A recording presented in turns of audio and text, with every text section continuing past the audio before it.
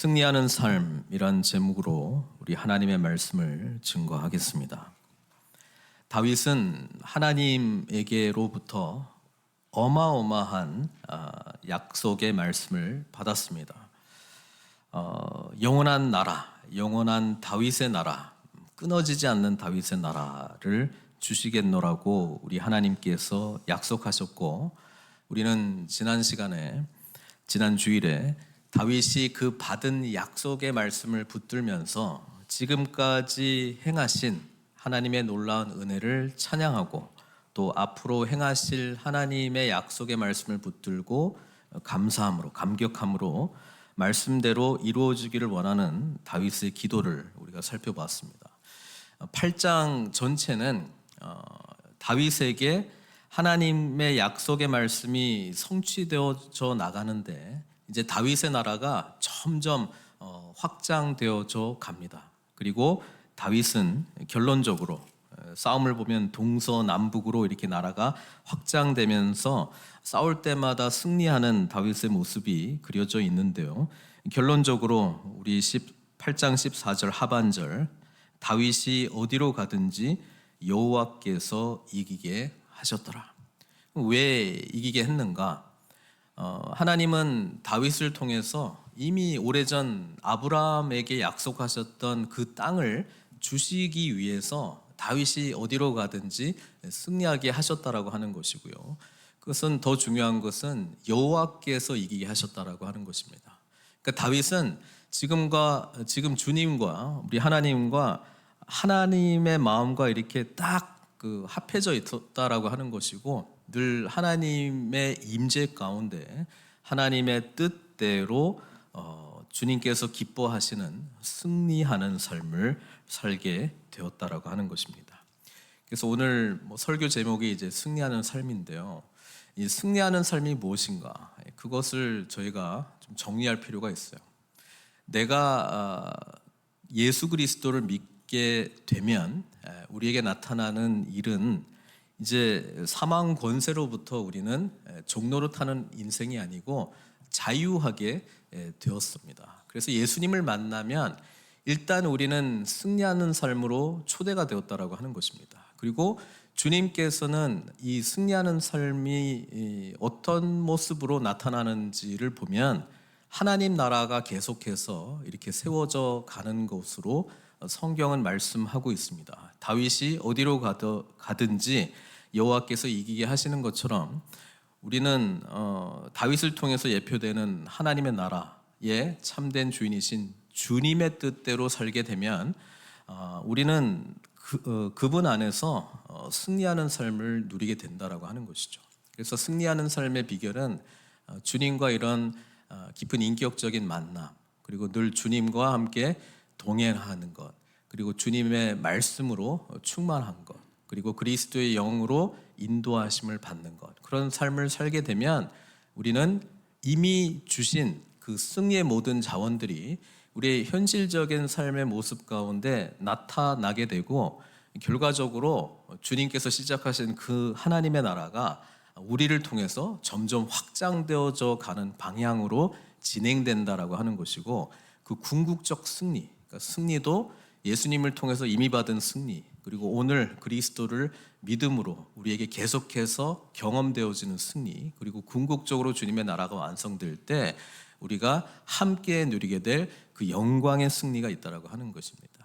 그래서 승리하는 삶을 살기 위해서 우리가 승리라는 그 찬양이 또 있잖아요. 우리 강명식 씨가 부른, 거기 가사 보면은 승리가 무엇인가? 라고 하는 그 질문에 대한 대답이 오직 주님만 따라가는 것, 오직 주께서만 말씀하게 하는 것, 주님만 내 안에 사시게 하는 것, 이게 바로 승리다. 그렇게 이제 가사의 내용 가운데 있는데, 그렇게 될 때 우리를 통해서 바로 하나님의 나라가 지속적으로 세워져 가는 게 가시적으로 우리가 보게 되고 경험하는 승리하는 삶의 모습이에요. 그래서 저와 여러분들에게 이 승리하는 삶을 위해서 반드시 필요한 건 뭐냐면은, 요한일서에는 이렇게 기록되어 있어요. 요한일서 5장 4절에는 무릇 하나님께로부터 난 자마다 세상을 이기느니라. 일단 거듭나야 돼요. 일단 구원받아야 돼요. 일단 예수님을 인격적으로 알아야 돼요. 일단 죄사함의 은혜를 받아야 돼요. 사망 권세로부터 벗어났다라고 하는 십자가의 능력과 부활의 은혜를 경험해야 돼요. 새 생명으로 태어나야 돼요. 그것이 일어나야 일단 승리가 되고요. 그 다음에 세상을 이기는 승리는 이것이니 우리의 믿음이니라. 그러니까 앞에는 예수님을 통해서 우리에게 이미 이루어진 일이에요.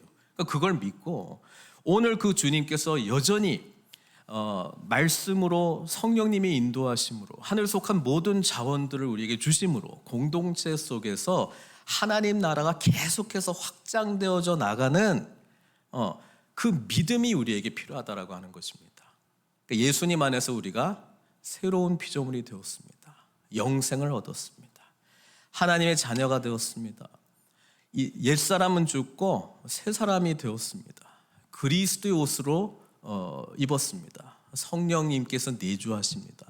주님께서 말씀하십니다. 그러니까 이런 것을 우리가 예수님 안에서 다 이루어졌다라고 하는 것을 믿음으로 우리는 그 나라가 완성될 때 완전한 영광스러운 승리를 경험하게 된다라고 하는 것이죠. 그래서 오늘 다윗은 늘 하나님께서 이기게 하셨는데 우리가 어떻게 하면 이기느냐라고 할 때에 나는 거듭난 자다라고 하는 이미 받은 구원, 그것을 가능케 하신 예수 그리스도를 온전히 믿음으로, 그리고 오늘 동일하게 그 주님께서 나와 함께 하심을 믿음으로, 여전히 말씀하시는 것을 믿음으로, 내주하시는 성령께서 우리에게 은사를 주시고 열매를 맺게 해주시고 살아갈 수 있도록 인도해 주신다라고 하는 것을 믿음으로, 또 믿음의 공동체를 통해서 주님께서 우리와 함께 하시고 이 싸움에서 늘 승리하게 하신다라고 하는 것을 믿음으로, 그리고 궁극적으로 아무리 어렵고 힘든 고난이 찾아오고 역경이 찾아오고 나를 넘어뜨리게 하는 일들이 일어날지라도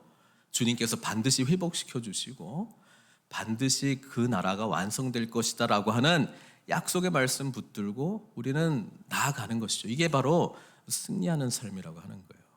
그래서 승리하는 삶과 함께 하나님의 나라가 연결이 되지 못한다면은 우리는 잘못된 승리를 생각할 수 있어요.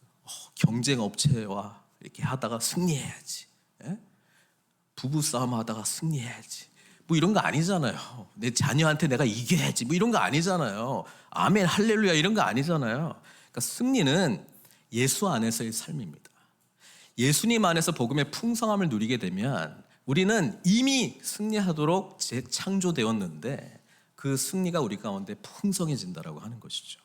그래서 다윗이 하나님이 늘 이기게 하셨는데 그 다음에 나타나는 모습은 뭐냐면 하나님 나라의 두 가지 중요한 축이에요. 하나는 하나님의 공의가 세워지고요. 또 하나는 하나님의 놀라운 은혜가 세워진다라고 하는 것입니다. 그래서 이야기를 보면은 우리 14절에 다윗이 어디로 가든지 여호와께서 이기게 하셨다 그렇게 해놓고 15절은 다윗이 온 이스라엘을 다스려, 그러니까 다윗이 다스린다라고 표현했지만은 다윗은 하나님의 마음에 합한 사람이잖아요. 하나님으로부터 놀라운 약속과 은혜를 입은 사람이잖아요. 그러니까 하나님의 뜻대로 통치를 해요. 그러니까 궁극적으로 다윗의 나라는 앞으로 오실 예수 그리스도께서 예표하시는 하나님의 나라인데 주님의 다스림 아래에서 반드시 나타나는 일은 하나님의 정의와 공의가 세워진다라고 하는 것입니다. 그래서 15절에 다윗이 온 이스라엘을 다스려 다윗이 모든 백성에게 정의와 공의를 행할세 이렇게 되어 있습니다. 그리고 16절부터 18절은 하나님의 다스림 아래에 있는 그 나라가 하나님의 정의와 공의를 실현하기 위한 조직을 세우는 거예요.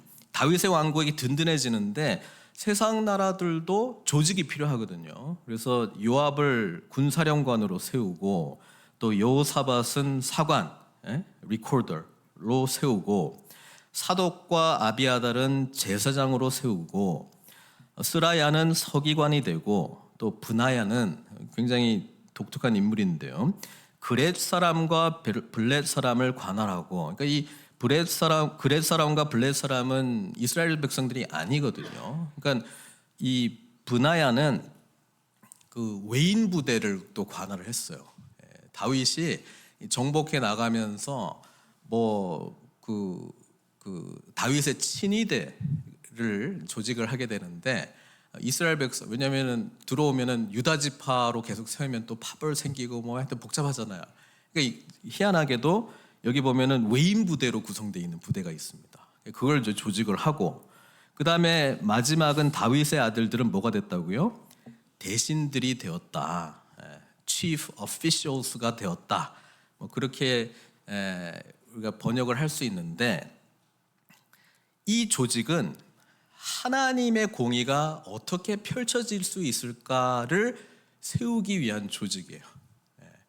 그래서 우리가 사람들이 모이면 조직이 꼭 필요한데 나중에 이 조직을 왜 세웠는가 하면은 어떤 목적과 동기가 있거든요. 그래서 이게 필요하기 때문에 조직을 세웠는데 동기와 목적을 망각을 하게 되면은 조직만 남아요.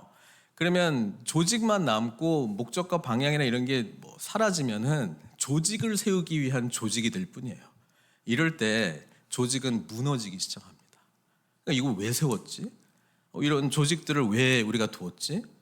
하나님 나라, 하나님이 다스리시는 그 나라가 효율적으로 잘 진행이 되기 위해서 필요한 사역들이 있고 필요한 사람들이 있기 때문에 이 조직을 만들어 놨는데 그 조직이 목적과 방향을 상실해 버리면 조직이 유지되는 조직으로 변질될 그 위험성이 굉장히 높아요. 그러니까 항상 하나님의 뜻이 어디 있는가?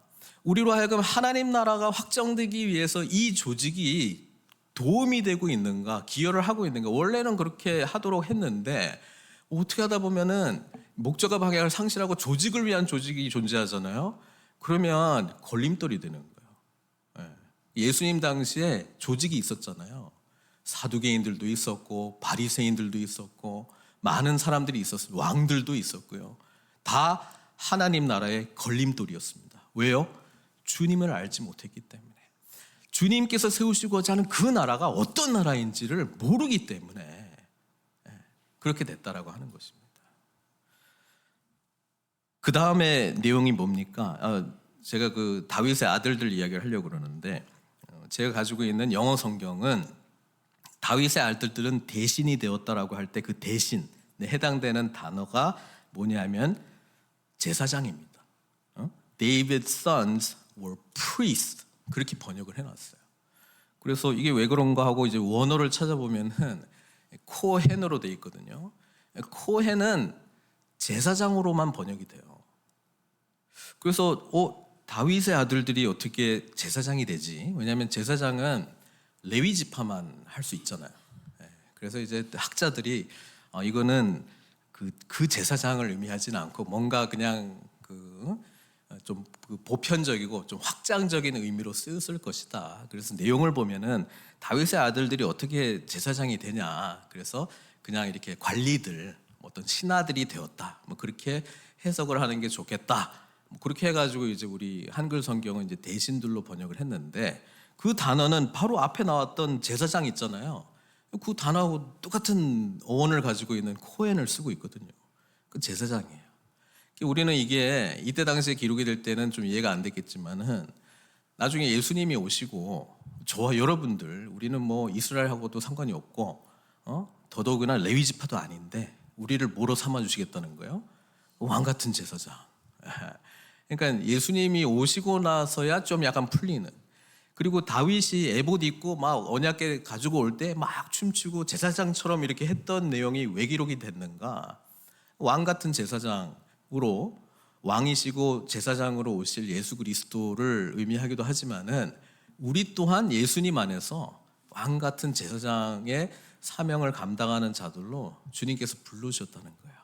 그래서 그때 당시에 세상 나라들도 다 조직이 있어요. 근데 차이점이 뭐예요? 여호와 하나님을 섬기는 제사장이 있었다라고 하는 것입니다. 이게 다윗으로 하여금 늘 이기게 하는 비결이었고 가장 핵심적인 조직이죠. 그러니까 우리에게도 늘 승리하도록 인도하시는 분이 우리 하나님이신데 그 하나님께서 독생자 예수 그리스도를 보내셔가지고 우리에게 이제 구원의 은혜를 베풀어 주셨고 몸된 교회의 머리가 주님이시라면 예수 그리스도를 가장 기뻐하고 가장 그분의 다스림 아래 들어가고 그분의 뜻을 펼칠 수 있는 그런 조직이 되어가기 시작할 때 늘 승리하는 공동체로 우리가 바뀌어져 나갈 수 있다고 하는 것입니다. 그걸 잘 기억해야 돼요. 그리고 그 조직은 하나님의 공의와 정의가 실현되는 공동체를 세우게 될 텐데요. 하나님의 공의와 정의가 실현되는 공동체가 뭘까요? 이 깨진 세상에서는요, 강한 자가 권력을 누르면서 이익을 많이 얻고 권력을 행사하는 그런 곳이 아니라 낮은 자들을 위해서 섬김과 사랑이 실천되는 정의, 그게 하나님 나라의 정의의 가장 근원적인 내용이거든요. 그러니까는 있는 사람, 강한 사람은 없는 사람, 약한 사람을 섬기기 위해서 존재하는 거예요. 그러니까 죄의 뿌리가 자기 중심성이잖아요. 우리는 하나님 필요 없고 나는 내가 원하는 대로 살겠다. 그게 이제 죄의 뿌리라면은 이 죄의 문제를 해결하면은 우리의 삶의 주인은 주님이시잖아요. 그러면 주님의 뜻대로 주님의 나라가 펼쳐지는 거는 깨진 세상 속에서 주님의 나라가 시작이 되고 주님의 나라가 완성될 건데, 그러니까 저와 여러분들을 통해서 이 깨진 세상 속에 섬김과 사랑을 통해서 이 세상에 없는 새로운 나라가 세워져 간다라고 하는 것을 교회 공동체가 보여줘야 되는 거예요. 그럴 때 세상은 어둠 가운데 우리로 하여금 빛이라고 이야기를 할 거고요. 세상은 교회를 바라보면서 세상의 모든 문제를 교회가 해결할 수 있을 것이다. 그 답을 교회가 가지고 있다라고 바라보면서 나아갈 텐데, 안타깝게도 세상은 교회를 더 걱정한다는 사실입니다. 싸우지나 마라. 우리를 문제나 일으키지 마라. 스캔들이나 터지지 말아라. 이렇게 지금 하고 있으니까 우리가 근원적으로 승리하는 삶을 살기 위하여 그 모든 자원을 받은 거듭난 자, 구원의 은혜를 아는 자, 복음의 은혜를 아는 자, 다윗처럼 하나님의 놀라운 은혜를 경험하는 자들의 공동체로 우리가 세워져 가고 있는가, 그것을 늘 바라봐야 된다고 하는 거예요.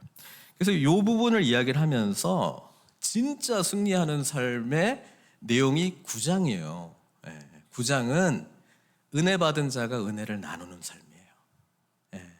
은혜 받은 자가 은혜를 나누는 것이 사랑과 섬김의 삶을 실현하는 가장 기초적인 내용이거든요. 근원적인 내용이거든요.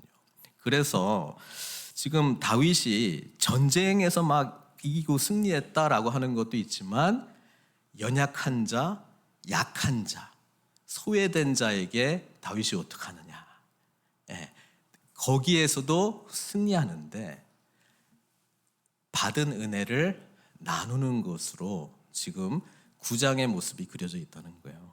그래서 9장 1절을 보면은요, 다윗이 이르되 사울의 집에 아직도 남은 사람이 있느냐? 내가 요나단으로 말미암아 그 사람에게 은총을 베풀리라. 여기서 말하는 은총, 헤세드입니다. 헤세드, 하나님의 언약적 사랑, 은혜를 말하고 있습니다.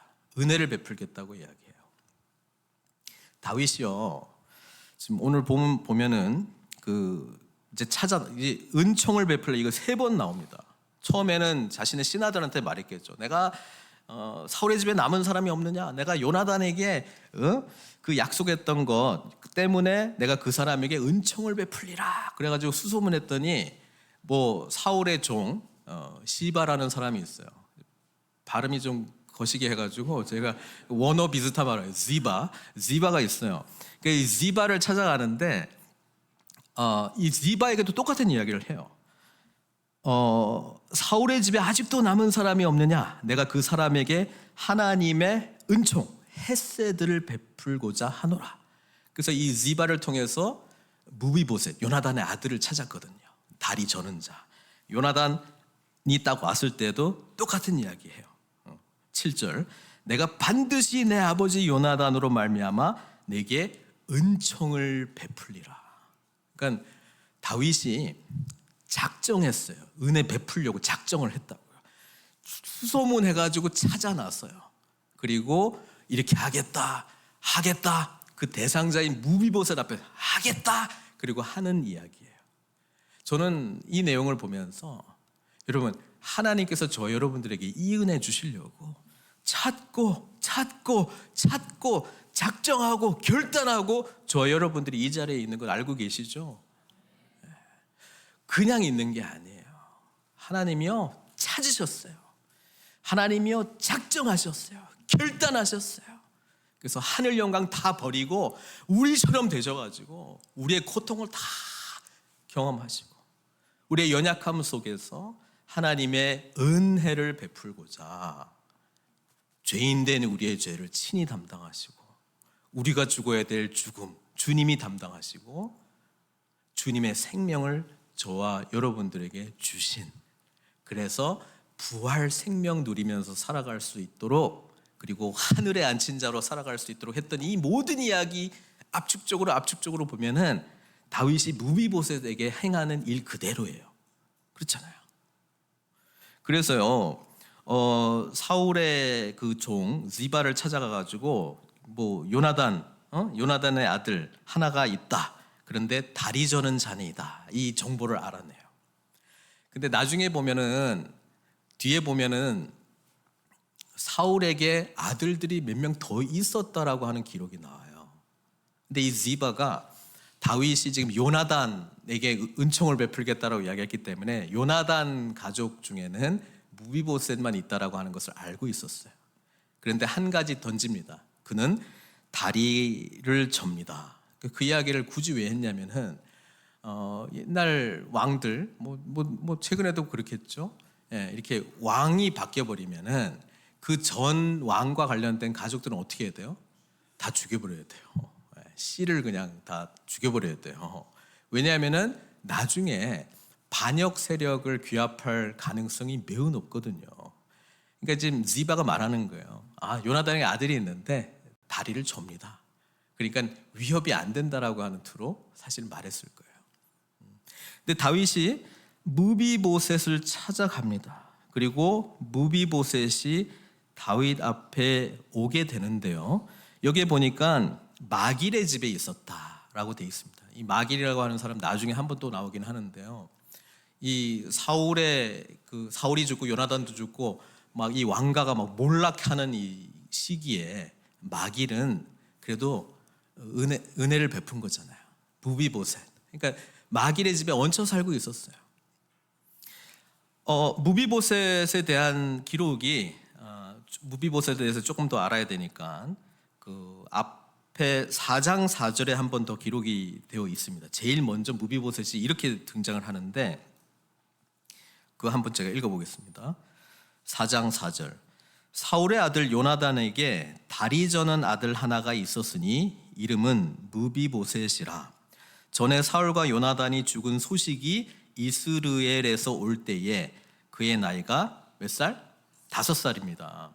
그러니까 그 사울과 요나단이 이제 죽었고 이제 블레셋이 막 사울 집안 사람들 막 찾아 나서지 않았겠습니까? 또 이 틈에 또 다윗을 따르는 사람들이 또 어떻게 할 수도 있었고 하여튼 위기의 상황이었는데 5살이었어요 무비보셋이. 근데 그 유모가 안고 도망가다가 아이가 떨어져 가지고 다리를 절게 됐거든요. 원래는 건강한 아이로 태어났는데 유모가 떨어뜨려 가지고 이제 다리 저는 자가 되었어요. 근데 우리는 그 지금까지 다윗의 이야기를 쭉 보면서 사울과 요나단이 죽고 다윗이 제일 먼저 유다 왕이 됐잖아요. 그러니까 유다 왕이 되고 이제 7년 반 거기 다스렸고요. 그 다음에 이스라엘 전체의 왕이 됐어요. 그리고 왕이 되고 제가 이제 궁금한 거는 언제 무비보셋이 지금 몇 살이냐 이거예요. 시간이 좀 지났는데 오늘 본문 보면은 12절에 나와 있어요. 무비보셋에게 뭐라고요? 어린 아들 하나가 있으니 이름은 미가더라 이렇게 되어 있습니다. 그리고 그렇기 때문에 지금 이 무비보셋을 만났을 때는 적어도 성인이 되었을 때 만났을 것이다. 난 궁금한 게 왜 요나단의 그 언약을 기억했다면 좀 더 일찍 찾아갈 수도 있었을 것 같은데 왜 이제서야 찾아가냐? 여러분, 은혜를 베푼다라고 하는 거 있잖아요. 은혜를 하여튼 어마무지하게 받아야 은혜가 우리한테서 튀어나와요. 다윗이 그동안에 뭐 했습니까? 이스라엘 왕 때도요, 계속 이스보셋, 아브넬하고 계속 전쟁했어요. 이거 7년 반 동안 전쟁했어요. 그리고 이스라엘의 왕이 되고 난 이후에도 다윗이 그 나라가 이제 뭐 지금까지 계속 전쟁만 한 거예요. 이 나라가 확장돼 가는데. 그러니까 뭔가 좀 찬찬히 앉아서 은혜를 베풀 시간이 여유가 좀 없지 않았는가. 굳이 다윗에게 뭐 이유를 댄다면은 약간 좀 그랬던 것 같아요. 그런데 7장에 엄청난 하나님의 은혜를 받았잖아요. 그 은혜가 너무 넘쳐. 여러분, 하나님께로부터 받은 게 너무 넘치잖아요. 그러면 이제 흘러가는 거예요. 그래서 무비보셋에게 뭘 약속해 주냐면요. 보세요. 7절에 보면은 내가 반드시 내 아버지 요나단으로 말미암아 내게 은총을 베풀리라. 그래서 그 은총의 내용이 뭐냐면 내가 내 할아버지 사울의 모든 밭을 다 내게 도로 주겠고, 할아버지였던 사울의 모든 소유를 다 준다는 거예요. 그리고 너는 항상 내 상에서 떡을 먹을지니. 같이 다윗과 함께 그 왕자들과 함께 같이 밥 먹을 수 있는 권한 줄게. 그게 엄청난 특권이었거든요. 이 두 가지를 약속을 합니다. 그러니까 무비보셋 입장에서는 자기는 그냥 마길의 집에 얹혀 살았던, 그리고 그 다리를 전다라고 하는 거는 장애를 가진 거잖아요. 장애를 가진 것은 하나님으로부터 저주를 받았다. 죄 때문에 그렇게 됐다. 그 당시에는 그렇게 인식하고 있었거든요. 그러니까 자기에게는 소망이 없었어요. 자기는 멸망하는 왕가의 그냥 절름발이 아이였어요. 그런데 다윗이 모든 것을 회복시켜 주겠다라고 지금 약속해 주고 있는 것입니다. 이때 무비보셋의 반응이 뭐예요? 8절에 이 종이 무엇이기에 왕께서 죽은 개 같은 나를 돌아보시나이까. 어디서 많이 들어본 거 아니에요? 이거 비슷하게 다윗도 고백했어요. 내가 누구이기에 내 집이 무엇인데 하나님께서 여기까지 이르게 하셨습니까? 라고도 고백을 했고요. 사울이 자기를 추격해서 죽이려고 할 때 다윗이 왜 죽은 개나 벼룩 같은 나 같은 사람을 자꾸 찾으십니까? 그렇게 말했잖아요. 지금 무비보셋이 이 고백을 할 때 다윗의 마음속에 아마 만감이 교차했을 거라고 저는 생각을 해요. 뭐냐면 내가 얼마 전에는 무비보셋이었구나. 내가 얼마 전에 무비보셋이었구나. 그런데 하나님이 넘치도록 나에게 이런 은혜를 베풀어 줘갖고 무비보셋이 나한테 이런 고백을 하는구나. 그러니까 무비보셋의 마음이 어떤 마음인지를 다윗이 누구보다도 잘 알지 않았겠어요? 저 고백을 해봤기 때문에. 근데 지금 자기는 은혜를 나누는 자예요. 그래서 무비보셋 입장에서는 이게 어마어마한 축복이잖아요. 그래서 제가 비교해봤어요. 다윗이 받은 은혜에 비해서는 이거는 아무것도 아니야. 생각해보세요. 다윗은요 영원한 나라를 약속받았잖아요. 무비보셋은 사울의 집 줄게. 그리고 너 나랑 밥 먹을 수 있어. 그 정도 해준 거예요. 무비보셋은 이게 어마어마한 은혜로 받아들이는데 다윗은 하나님께 받은 게 너무 엄청나기 때문에 조금 흘려주는 거예요. 이게 은혜 베푸는 저와 여러분들의 실상이에요. 우리가 뭐 엄청난 것 하는 것처럼 막 하잖아요. 뭐 이렇게 도와드릴게요, 뭐 이렇게 해주는데요. 예수님께서 저와 여러분들에게 베푸신 복음의 풍성함에 비해서는 사실 아무것도 아니에요. 근데 이거를 생색낸다고요? 이거를 내가 너무 많이 하는 것 같은데, 은혜를 너무 많이 베푸는 것 같은데, 이런 게 아니고요. 받은 은혜가 크면 조금 흘려보내줘도 받는 사람은 어마어마하게 받아들이는 거예요. 그래서 하나님의 나라가 세워져 갈 때에 이 관계가 나타나요. 이게 우리로 하여금 늘 승리하게 해줘요. 이게 무슨 말이냐면은 우리가 교회에서 어떤 섬김의 자리 이런 거 있을 때에 못할 수 있는 여러 가지 이유들이 있어요. 시간이 안 될 수도 있고, 그죠? 내 은사에 안 맞을 수도 있고, 하여튼 자격이 없어 여러 가지 이유들을 이야기할 수 있는데요. 사실은 섬김의 자리에 나아가게 될 때 우리가 누리기를 하나님이 원하시는 건 뭐냐면은 내가 받은 은혜가 엄청난데 이 은혜에 비해서 내가 섬기는 이 작은 섬김을 통해서 누군가가 무비보셋과 같은 반응으로 나오는 걸 보면은 이 자리가 너무 영광스러운 거예요. 다윗이요, 무비보셋에게 너 앞으로 나랑 맨날 밥 먹어야 돼 말했잖아요. 식탁에 상상해 보세요. 다윗 앉아 있고 다윗의 아들들 앉아 있고 무비보셋 앉아 있잖아요. 무비보셋은 그 상에서 밥을 먹을 때마다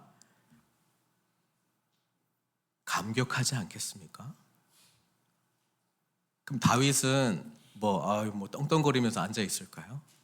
무비보셋 바라보면서 자신이 하나님께로부터 받은 은혜를 늘 기억해요. 놀랍지 않습니까?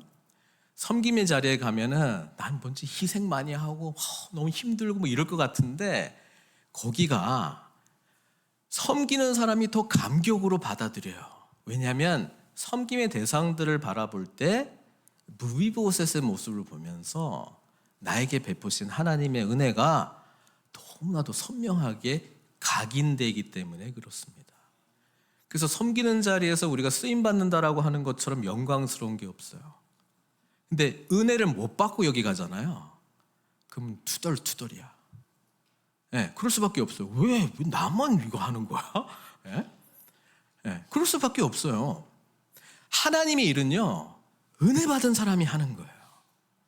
그래서 은혜 받도록 하는 게 목회자인 저 리더십들의 최고의 관심이 돼야 되는 거예요. 어떻게 하면 주님께로 더 깊이 가게 하나? 어떻게 하면 받은 은혜를 더 깊이 누리게 하나? 여러분, 이게 성숙한 리더십의 최고의 관심이 되어야 돼요. 왜냐하면 거기에 모든 문제에 근원적인 힘이 나오기 때문에 그래요. 은혜가 없이 조직만 남고 일만 남았다 생각해 보세요. 투덜투덜하는 사람 투성이에요. 은혜가 넘치고 해야 될 섬김의 일들을 내넣어 보세요. 그냥 내가 무엇이 관대 이런 일을 맡겨주십니까? 섬기는 기쁨이 넘쳐난다라고 하는 사실이죠. 그렇지 않을까요? 사랑하는 성도 여러분, 승리하는 삶, 자기 중심성을 쫙 빼면요, 섬기는 삶이에요. 사랑하는 삶이에요. 받은 은혜를 나누는 삶이에요. 섬김의 현장 속에 주님의 말씀이 너무나도 확실하게 들려와요. 주는 것이 받는 것보다 더 복이 있다고. 그게 무슨 말인지 이해가 돼요. 왜냐하면 은혜 받은 자만이 나눌 수 있거든요. 근데 나누면 나눌수록 그 은혜가 훨씬 더 선명해지거든요. 그 마음으로 사역하는 거예요.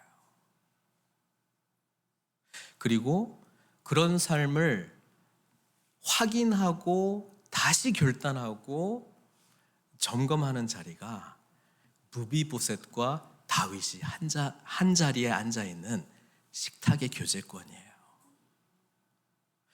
예수님께서 이 땅에 오셔서 제일 먼저 함께했던 식탁은 죄인들과의 식탁이었습니다. 창녀들, 세리들, 그 땅에 소외받는 죄인들하고 같이 밥 먹었어요. 그래서 바리새인들과 종교 지도자들은 먹기를 탐하는 자, 죄인들과 함께 그것도. 그런데 그 식탁이 구원의 식탁으로 바뀌는 게 마지막 성만찬할 때 내 떡을, 내 살을, 내 피를, 그리고 구원받은 예수 그리스도의 죽으심과 부활을 경험하고 부활하신 주님을 맞이한 공동체에서 또 한 번 제자들과 함께 식탁을 했을 때는 은혜 받은 자들의 식탁이 돼요. 그리고 초대교회 공동체는요, 모든 소유를 뭐 다 팔고 나눈다라고 하는 진정한 의미에서 섬김의 식탁이 돼요. 은혜를 나누는 식탁이 돼요. 그래서 애찬식을 하고 또 성찬식을 하고 이것을 가능케 하신 주님의 은혜를 늘 기억하는, 어제는 주님을 몰랐던 자가 이제 우리와 함께 예수님을 믿는 자로 함께 교제한다라고 하는 은혜를 누리면서 우리에게 또 이런 과거와 현재와 앞으로의 삶이 있는데 그것을 늘 확인시켜주는 엄청난 은총의 자리가 됐다라고 하는 것이죠. 그리고 완성되는 그 하나님 나라에서는 어린 양의 혼인잔치에 우리가 참여하게 되는 완전한 승리와 영광의 식탁이 저와 여러분들을 위해서 예비되어 있어요. 우린 그것을 바라보면서 오늘 우리에게 맡겨진 일들을 기쁨으로, 감사함으로, 황송함으로, 때로는 연약한 우리의 모습 때문에 죄송함으로 감당하는 거예요. 그리고 받은 은혜, 예수 그리스도 안에서 받은 은혜가 너무 크고 엄청나다라고 하는 것을 누리면 누릴수록 우리를 통해서 흘러가는 은혜의 범위는 받는 사람들이 보기에 허걱 할 정도로 놀라운 은혜를 베푸신다라고 하는 사실입니다. 이 영광스러운 승리하는 삶으로 저와 여러분들을 주님께서 불러주셨어요. 우리도 한때 무비보셋이었어요. 우리도 이미 허물과 죄로 죽은 자들이었어요. 근데 주님께서 우리를 구원해 주시고 은혜의 식탁으로 초대해 주셨어요. 그리고 하늘에서 주님과 함께 왕 같은 제사장으로 주님과 함께 영원토록 교제할 수 있는 은혜를 주셨습니다. 그 다음은요, 우리가 이제 다윗이 됐잖아요. 무비보셋이었는데 다윗이 됐잖아요. 하나님의 놀라운 은혜를 받은 자들이 되었잖아요. 우리로 하여금 또 다른 무비보셋을 찾아 나서라고 주님 말씀하고 있는 거예요. 내가 은혜를 베풀리라. 작정하고 찾아가라고 말씀하고 있어요. 그러면 그 사람을 통해서 무비보셋이 경험했던 은혜 받는 자를 나를 통해서 은혜를 베푸신 하나님의 놀라운 섭리 속에서 함께 경험하면서 우리는 승리하는 삶, 풍성한 삶을 향해 더욱더 나아가게 될 줄로 믿습니다. 이 교회, 이 공동체, 저희 늘 푸른 선교 교회가 되기를 축복합니다. 같이 기도했으면 좋겠어요. 여러분, 승리하는 삶이 뭔가요? 주님과 동행하는 삶, 주님의 말씀으로 충만한 삶, 성령님의 인도하심을 받는 삶, 우리에게 예수님을 통해서 이미 시작된 그 나라 완성될 때까지 쓰임받는 삶 아니겠어요? 여러분, 주님과 함께 하시면 늘 승리합니다. 하나님께서 다윗을 늘 이기게 하셨던 것처럼 예수 안에 있는 저와 여러분들은 늘 이길 수밖에 없는 삶의 현장이 있어요. 이때 우리에게 필요한 거는 내가 예수님 안에서 이미 거듭난 자다, 하나님께 속한 자라, 하나님 안에서 새롭게 태어난 자다라고 하는 복음 안에서 우리에게 이루어진 일을 믿음으로, 그리고 앞으로 완성될 하나님의 나라를 소망하면서 믿음으로 승리하는 것입니다. 그 과정 가운데 우리가 경험했던 무비보셋의 은혜를 또 다른 무비보셋을 찾아 나서는 다윗의 마음으로 우리는 우리의 교제권을 확장시키라고 주님 말씀해 주고 있어요. 여러분 지금 무비보셋입니까? 아니면 다윗입니까? 무비보셋이라면 받은 은혜에 감사하는 기도 올려드렸으면 좋겠고요. 받은 은혜가 큰 다윗입니까? 그러면 내 마음속에 누군가 무비보셋을 생각하시고 결단하시고 은총을 베풀리라 작정하시고 다가가시고 찾아가시고 섬기시고 받은 은혜를 나누는 삶 살기를 위해서 기도하셨으면 좋겠습니다. 그럴 때 주는 자가 얼마나 복되고 영광스러운 것인지를 경험하게 될 것입니다. 승리하는 삶이 이렇게 풍성한지를 우리는 맛보아 알게 될 것이고요. 그 섬김의 자리로, 사랑의 자리로, 은혜를 나누는 자리로 더 깊이 우리를 인도해달라 주님께 요청할 것입니다. 기도로 반응하는 시간 갖도록 하겠습니다. 기도하시겠습니다.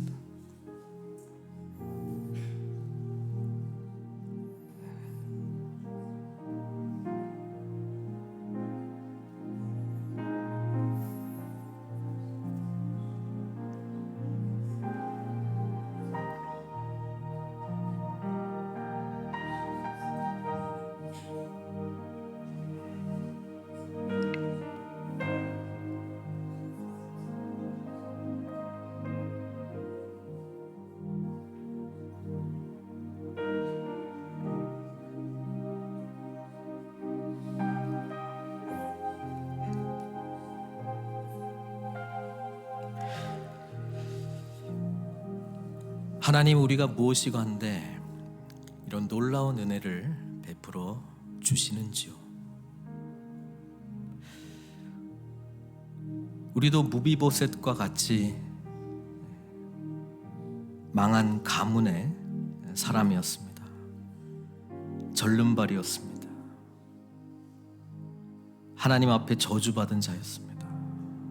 그런데 우리 주님께서는 우리를 찾으시겠다고 작정하시고 우리에게 놀라운 구원의 은혜를 베풀어 주셨습니다. 감사합니다. 감사합니다. 다윗에게 주신 어마어마한 축복이 예수님 안에서 완성됐는데 우리에게 이 동일한 은혜와 축복을 예수님 안에서 주시겠다고 하시니 너무나도 감사합니다. 이 은혜를 깊이 풍성하게 누리면서 다윗의 마음으로 또 다른 무비보셋을 찾아 나서는 믿음의 여정을 떠날 수 있는 굳건한 마음 허락해 주시옵소서.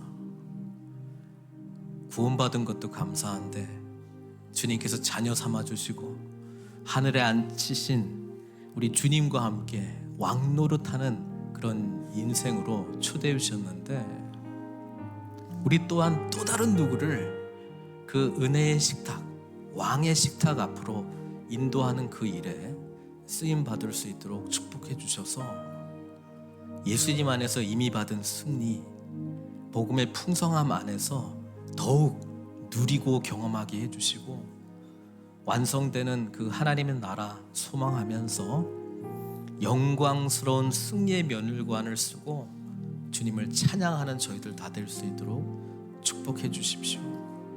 우리 늘 푸른 선교교회 다윗과 무비보셋들로 가득한 믿음의 공동체 되게 축복해 주십시오.